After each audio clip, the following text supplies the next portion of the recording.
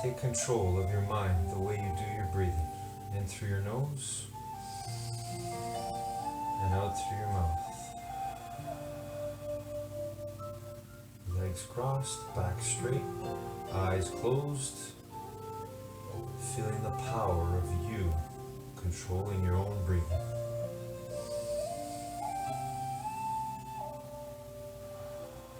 The same way you control your mind.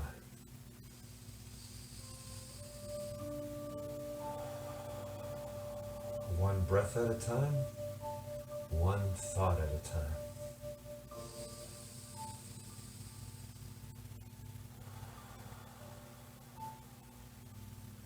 Good air and thoughts in,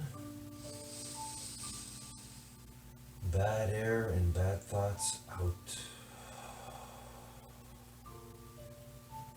Now, let's see our vision today. Let's see ourselves doing the best we can on all the exercises and stretches we do here together today, right now.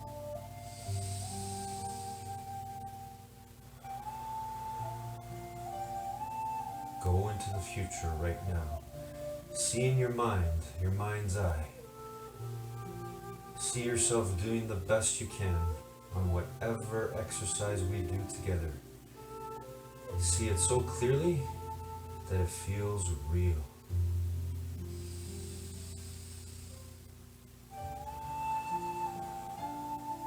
When that music shuts off, if you've already seen it in your mind and you believe that you can make it happen,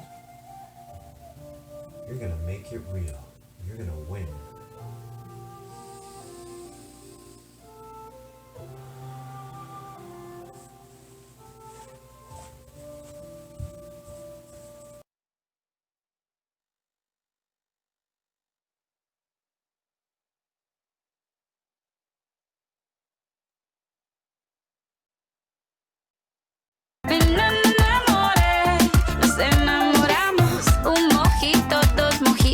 Mira qué ojitos bonitos, me quedo otro ratito. Nunca creí que fuera así, cómo te fijarías en mí. Toda la noche lo pensé, pa' mí o pa' más nadie, pa' mí o pa' más nadie, pa' mí o pa' más nadie, pa' mí o pa' más nadie. Me enamoré, lo vi solito y me lancé. Me enamoré, mira qué cosa bonita, qué boca más redondita, me gusta esa barbita. Y bailé hasta que me cansé, bailé. Me enamoré, nos enamoramos, un mojito, dos mojitos, mira qué ojitos bonitos, me quedo otro ratito. Nunca creí que fuera así, cómo te fijarías en mí. Toda la noche lo pensé, pa' mí o pa' más nadie, pa' mí o pa' más nadie, pa' mí o pa' más nadie, pa' mí o pa' más nadie.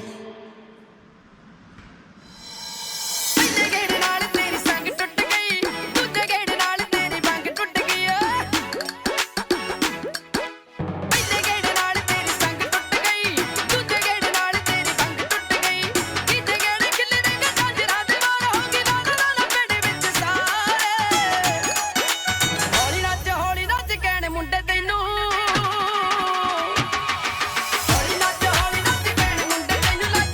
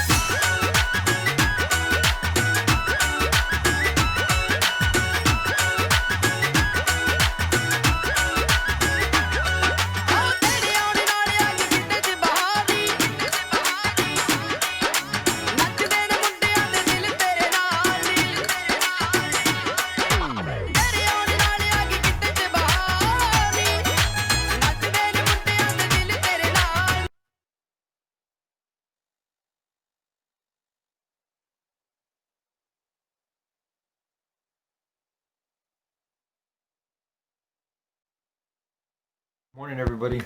One of the greatest motivational speakers of our time, Les Brown, had his whole life changed in a moment when his high school teacher gave him this advice: someone's opinion of you does not have to become your reality.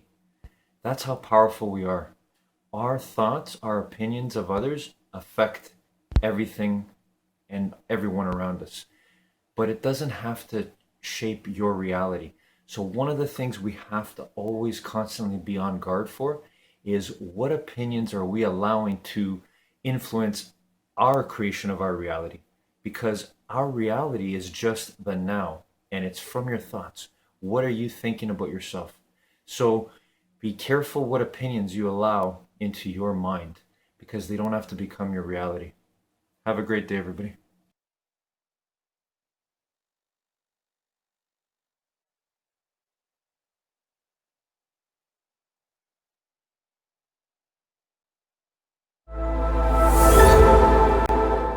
I got so much to talk about. I got pages and pages of notes we're going to go through today. I've been teaching this stuff for 27 years. The reason I love teaching about money is not so much, believe it or not, because I want you to have a certain amount of money. It's not so much the money as what the money can do for you. And here's what I believe about personal finance. I believe that when you fix your finances, you free yourself to live your best life. And I believe that when you fix your finances, you free your soul to fly. Learning about money can be simple, it can be easy, it can be fun. And the most important thing, it can be actionable. Let's control the controllables. So you want to build wealth, we got to control the controllables. And I'm going to take you on the journey a little bit, not all of it, but I'm going to take you on the journey that is inside this book, The Automatic Millionaire. I'm going to walk you through this concept of how to build wealth by paying yourself first automatically. Super simple, but life-changing. So I'm going to share the 5 questions with you, because then you can ask them to yourself, and then ultimately you can ask this of other people. These are the questions that will determine if you'll build financial security. Question number 1. Do you want to be rich? Yes? How many of you would just like to be out of debt? Does anybody want to admit to that? Like, I just want to be out of debt. Okay. How many of you are like, I don't need to be rich. I just want to be financially secure. You see, if you just want to be financially secure, right? So here's the question behind this question. Why do you want what you want? I learned young that for most people, money is not enough to actually motivate them to do all the work that needs to be done to become wealthy. There's all kinds of obstacles that will come in your way to building wealth. You can't get rich in days. It takes decades typically.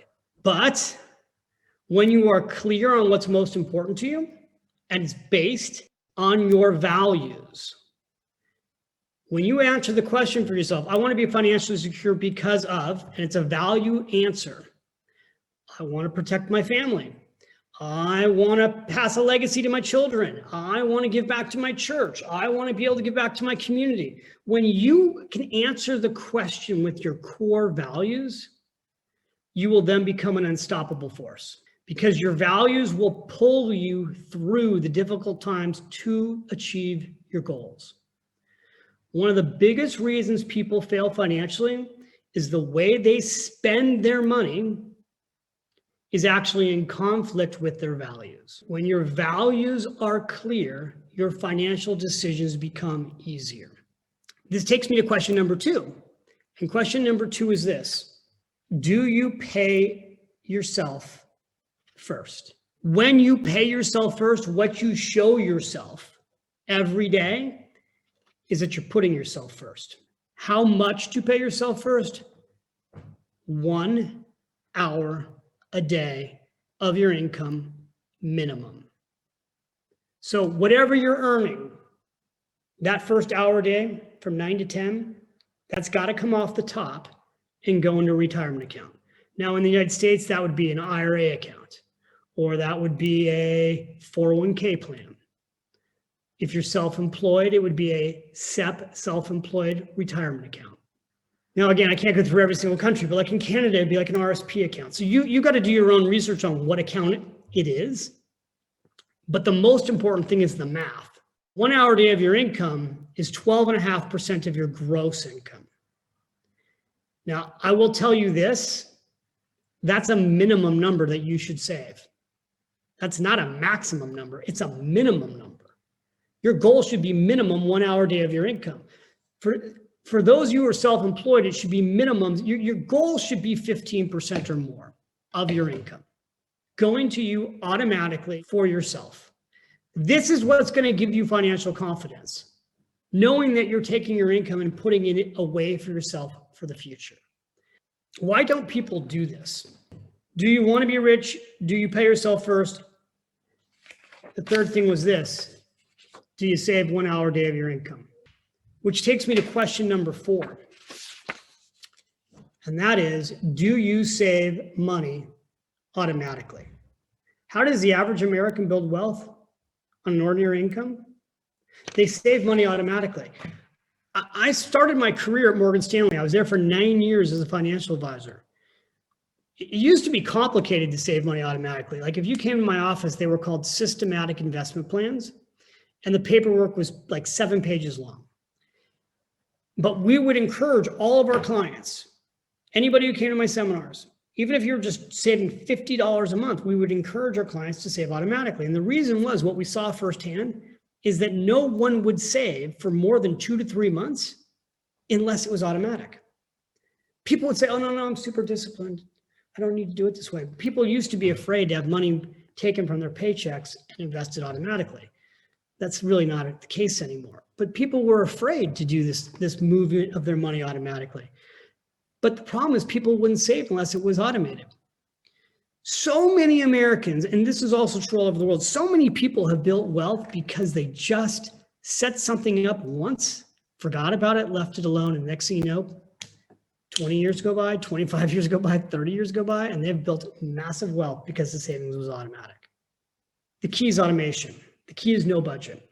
Budgeting takes time. Budgeting creates fights. Budgeting is boring.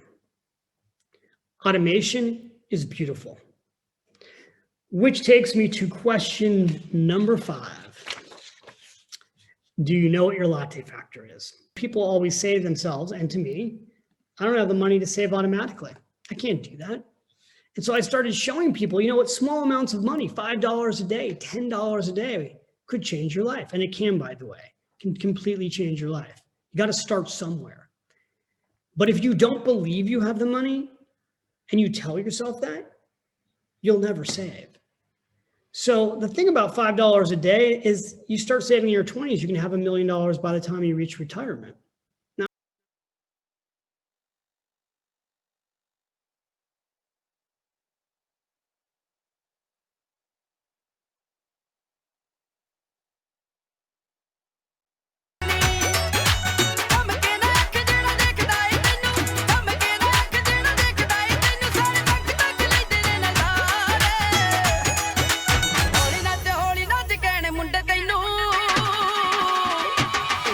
ਹੌਲੀ ਨੱਚ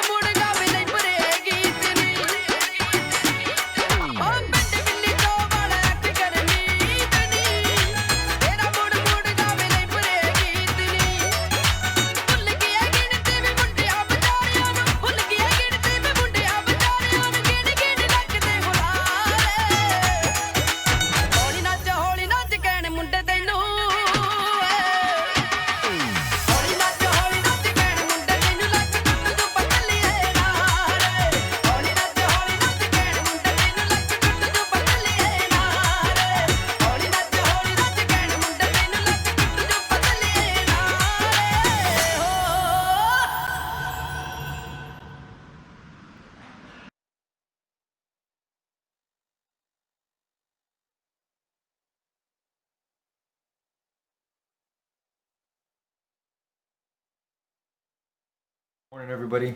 In our top 10 rules for success today, Les Brown gives us his advice that we have to stand up to ourselves. So stand up to yourself. Stand up to that inner voice that's always going to be there when you chase your dreams, when you go after your happiness, your freedom, your success, your health, in whatever form you desire. You have to stand up to that voice inside your head every single day that says, you can't do this. Who do you think you are? What will people think of you? All these thoughts, all these negative thoughts, and I'm doing it every day, battling it every day. Every time a negative thought comes in, I'm shutting it down. I'm choosing a positive thought and replacing it. It's that standing up to yourself, the older, smaller you, the new, greater you has to be stronger and more determined. You have to do that every single day. And Les Brown reminds us of that. Have a great day, everyone.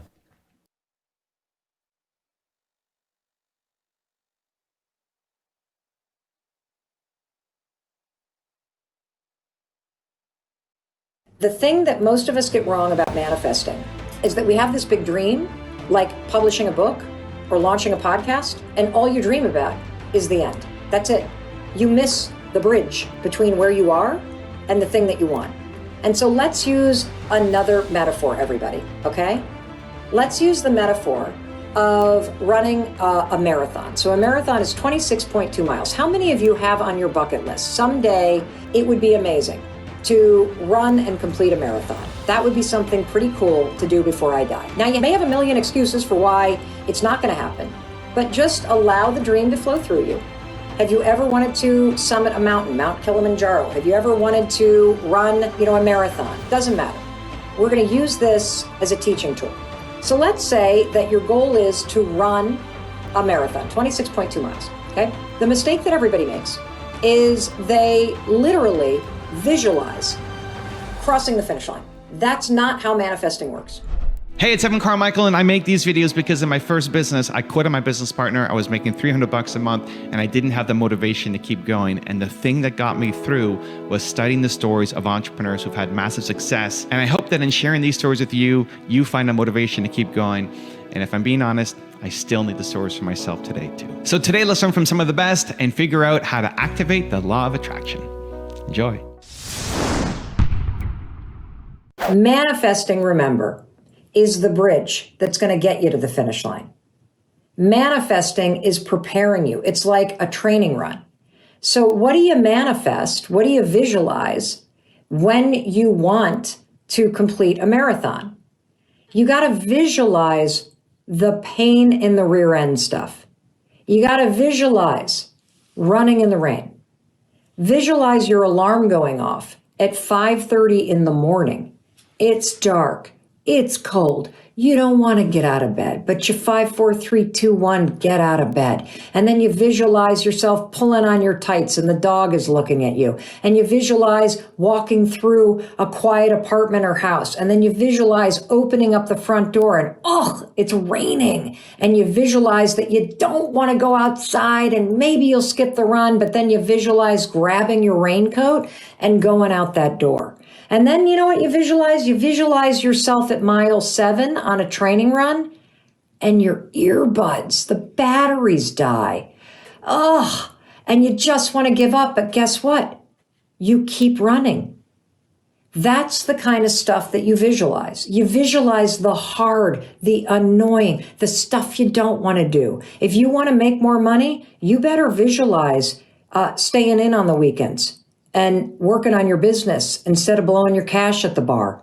If you want to have a different relationship with your spouse, you should visualize going to counseling or listening to books about how to improve your relationship and working on yourself. Seriously, you gotta visualize the hard stuff. Rule number 2, be in harmony with your vibration with Bob Proctor. Attraction it's a secondary law. It isn't a primary law. The primary law is the law of vibration. And the law of vibration decrees that everything moves, nothing rests. We live in an ocean of motion. Circulation being one of the first laws in the universe. When circulation stops, death sets in. Well, we operate on a frequency. You do, I do. And what we're really attempting to do is raise the frequency that we're operating on. We want to operate on a higher frequency all the time, because that's where the real beauty of life is. Well, this thing we're living in is a molecular structure in a very high speed of vibration. And the brain is an electronic switching station that alters the vibration we're in. Well, we operate on a frequency, and the only thing we can attract to us is that which is in resonance with us. So the reaction is actually attraction. It's like Emerson said, the law of cause and effect was the law of laws. Action, reaction is the law of cause and effect. Well, our thoughts, feelings, and actions we send off into the universe. It's a vibration. The universe sends it back. It responds in like manner. Well, the response of the universe is the attraction. You can only attract to you what vibrates in harmony with you. So if we see things coming into our life that we don't like, let's understand what we don't like is in harmony with something inside. So we better try and understand what it was or what it is, and then get rid of it. Attraction's a secondary law, and we've got to understand it is very real, and you only attract to you what you're in harmony with. When you want something that's on a higher frequency, you've got to operate on that higher frequency, because all the thoughts and things that you require are on that higher frequency. Most people, I say, are living on an AM frequency trying to listen to FM music. It doesn't work. How do you know what vibration or frequency level you're operating at? Because people often judge their performance by their productivity, by their efficiency. We're not trained, as you said, with your paradigm, again, going back to that, we're not trained to observe our frequency and vibration, and people are not sure. So if someone's listening and watching us today, how do they know what their vibration or their frequency is? How do they diagnose that? Well, I think the only way to do it is by the results you're getting. Mm-hmm, mm-hmm. It'll tell you. Right, makes sense. See, the results do tell the truth. They don't lie. Spirit manifests through its polar opposite, always. We're spiritual beings. Spirit flows to and through us, and will do anything for us. Whatever we ask, it'll give us. And we're asking in thought. So what we want to do is take a look. What have I been thinking? Take a look at your results. You'll know what you're thinking. That's how you can tell the frequency you're on. You want to start frequencies, vibrations, feeling. When you say, I feel bad, what you're really saying is, I'm not in a very good vibration. You say, I feel particularly good. You're saying, I'm in a pretty good vibration. Conscious awareness of vibration is referred to as feeling. Mm. So I think the way to really understand the frequency and the vibrations you're operating on is by the results you're getting. Yeah. If you're continually having problems in all areas of your life, you're on the wrong vibration, very low level of vibration. And we can change it. Rule number 3, do less to attract more with Gabby Bernstein. I can.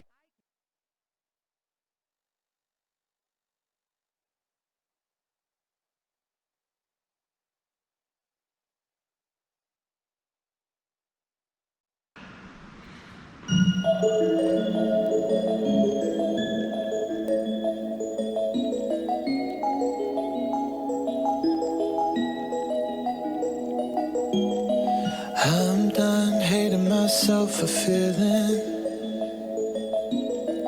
I'm done crying myself away.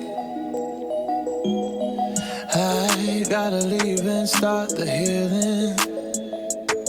But when you move like that, I just wanna stay. What have I become? I'm looking through your phone now, oh now. Love to you is just a game.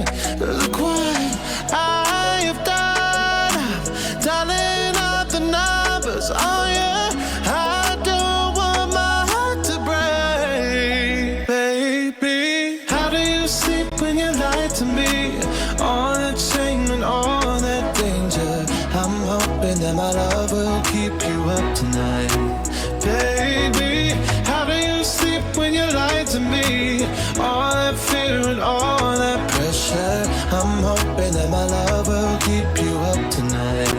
Tell me, how do you?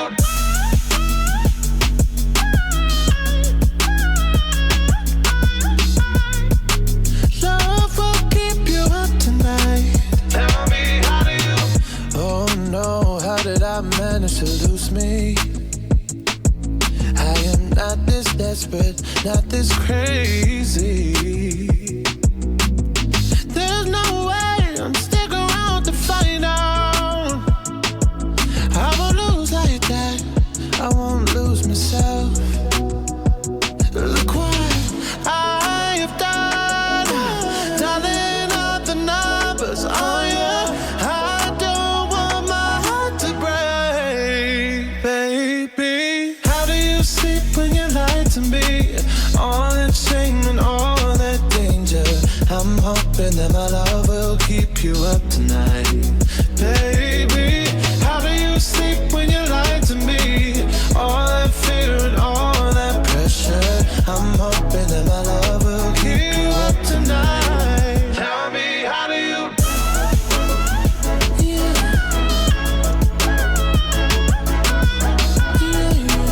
Love will keep you up tonight. Tell me, how do you? Oh,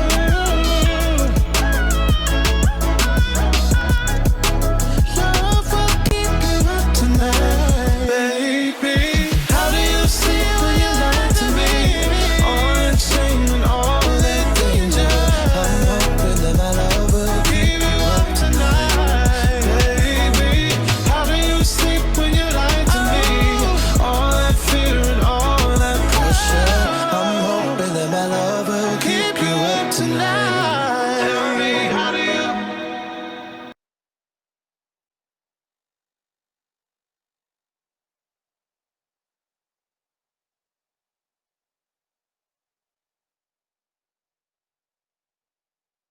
Guys, today I want to share with you a story from Les Brown once again, and it's an amazing analogy he uses when describing our mind being a garden.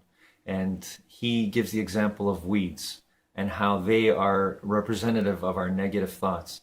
And he says in a humorous sort of way how we don't need to water, we don't need to take care of, we don't need to nurture, we don't need to plan, organize weeds. The growth of weeds, they're going to happen anywhere. They'll grow out of the cracks of sidewalks. And when I heard that example, I was laughing because I thought it's so true. Weeds are like negative thoughts in our minds. And we have to, if we don't do anything about what's going on in our head in terms of controlling our thoughts, those weeds, those negative thoughts will grow wild and rampant and take over our minds.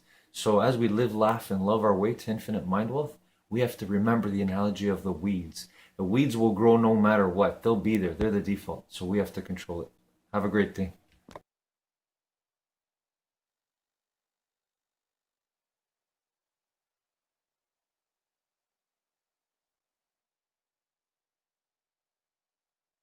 So wherever your desire is, that's where your mind will be. If you desire something intensely, your mind will be always there. Right now, you desire the cup, wrong place to be. You desire a goal, that's what you should desire when you're on the field, isn't it? Now you can desire the cup. But once you're on the field, you just desire the goal and goal and goal, nothing else. Once your desire is strong, your body and mind naturally moves in that direction, isn't it? Whatever you desire, that's where you go. If your desire falls off, then you can't keep the mind on it. You just have to develop the Ichha in you. The only Ichha is to score the goal. Then you don't have to worry about mental focus. That's where the mind will be. Can somebody take your mind off what you desire? Can somebody take your mind off what you desire?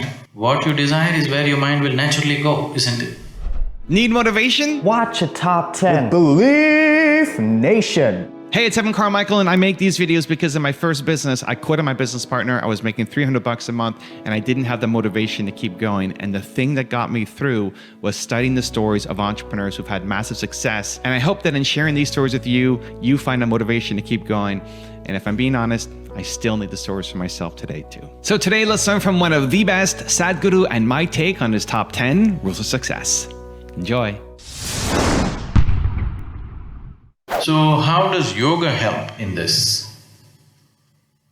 See, what are the simple parameters with which the body and mind is functioning? This is a complex machinery. This is the most sophisticated machine in this planet is human body and mind, isn't it? Everything that we have created has come out of this mind. So this mind is a complex machinery, very complex. So if you do anything wrong, it will create many distractions within itself. There are certain simple ways. There is some simple technology with which you can keep your mind in a certain condition of clarity where it simply sees, that you learn to keep your mind like a mirror. It simply shows you what is there, it doesn't distort. The moment your mind gets identified with many things, now you are playing as an Indian hockey player. Now you get all distorted because now you're reading the whole history, the glory of Indian hockey, the depths of Indian hockey, everything will flow in your mind. Now you will not play the game. You will not see the game the way it is, first of all. Learning to keep the mind like a mirror where it simply shows you what is there in front of you without any distortion. Once there is no distortion, you will walk to the best of your ability, isn't it? Now you're walking on this floor, there is no distortion in your vision, you can see everything clearly. To the best of your ability you will go, isn't it? In your very vision, if there is distortion, you will unnecessarily stumble all over the place. So whatever talent you have, whatever capability you have, if it has to find full expression, your mind doesn't come in between and distort anything, it just shows you everything the way it is. So the whole yogic system is focused on this for a spiritual purpose which can also be used for the sport, that it shows you everything just the way it is, not some other way, not the way you think it is. Rule number 2, stay motivated. This is another concept which has made its rounds in the world, that something else should motivate you to do what you're doing. If what you're doing is significant enough, you don't need any other thing to motivate you. What you're doing is truly significant to life, why do you need another motivation to make that happen? If you really understand and experience that what you are doing is truly important for every life around you, you don't need a motivation, life just goes on. See, does your heartbeat need a motivation to keep it going? I'm asking you. All the life processes is not asking for any motivation, isn't it? Monsoon's coming, any motivation? No, it's coming year after year, because the natural process is going on. Simply like that, in you and me, life is on. What I'm telling you is, if you're doing something which is aligned with the fundamental life process of who you are, this can find a million expressions, it need not be just spiritual teaching. It can find a million expressions that what you're doing is aligned with your fundamental life process, then you will not need anything to motivate you. Simply, as a part of life, it will just happen. How much you do simply depends on how much time you invested on upgrading yourself. The problem with the world right now is, people are always trying to upgrade their activity. If you upgrade your activity without upgrading yourself, you're bound to break up somewhere. It's like, you went on a Formula 1 track because you want to be on a fast track and you went with your Maruti 800. Suppose you hit the right kind of speed, all the four wheels will go in four different directions. It won't hold up. If you want to be on that kind of speed and that kind of track, you must repair the machine. Upgradation of this one is important. If you upgrade yourself, activity will simply happen. Many people around me, many times think I'm superhuman because of the activity that I perform. This is not about being superhuman. If you explore the possibilities of being human, if you explore the possibilities of the immensity of being human, you will realize you don't have to be a superhuman, being human itself is super. So you will not need any external drive or some other inspiration. The very process of life will do it. Rule number 3, build your trust. If you're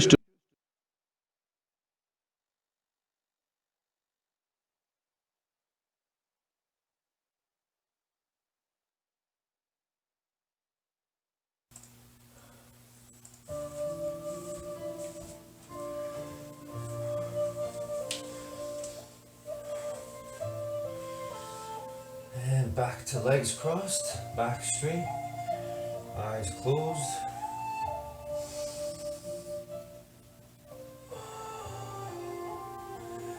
Feeling the power of you regaining control of your breathing. No matter how fast your breathing became, your heart started pumping faster. Started automatically going faster. Right now, we get to take control of our breathing.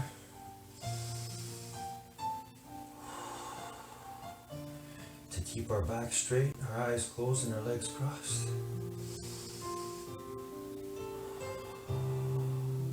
The same way, we get to take control of our thoughts, our mind, at any time, which will then control our bodies and our feelings directly.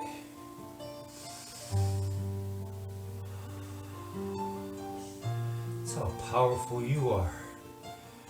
But you have to believe 100% in this power, this infinitely intelligent being within you and all of us. You gotta believe with all your heart and soul that you can do something.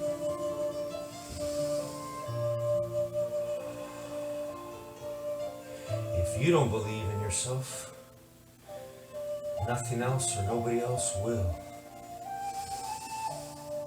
We're all looking to you. We're all looking to each other to find out the truth of what is already in us. We hold the key, each and every one of us. It all starts with our power to believe 100% in who we really are.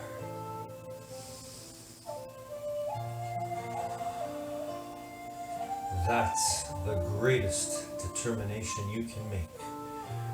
100% believing in you, no matter what, no matter how many mistakes, how many so-called failures, losses, pain, suffering you've experienced. You get to learn from all of it. You get to realize the truth, that there is no such thing as failure. There is only fuel from our mistakes and our losses, which gets transformed, gets used to create our determination.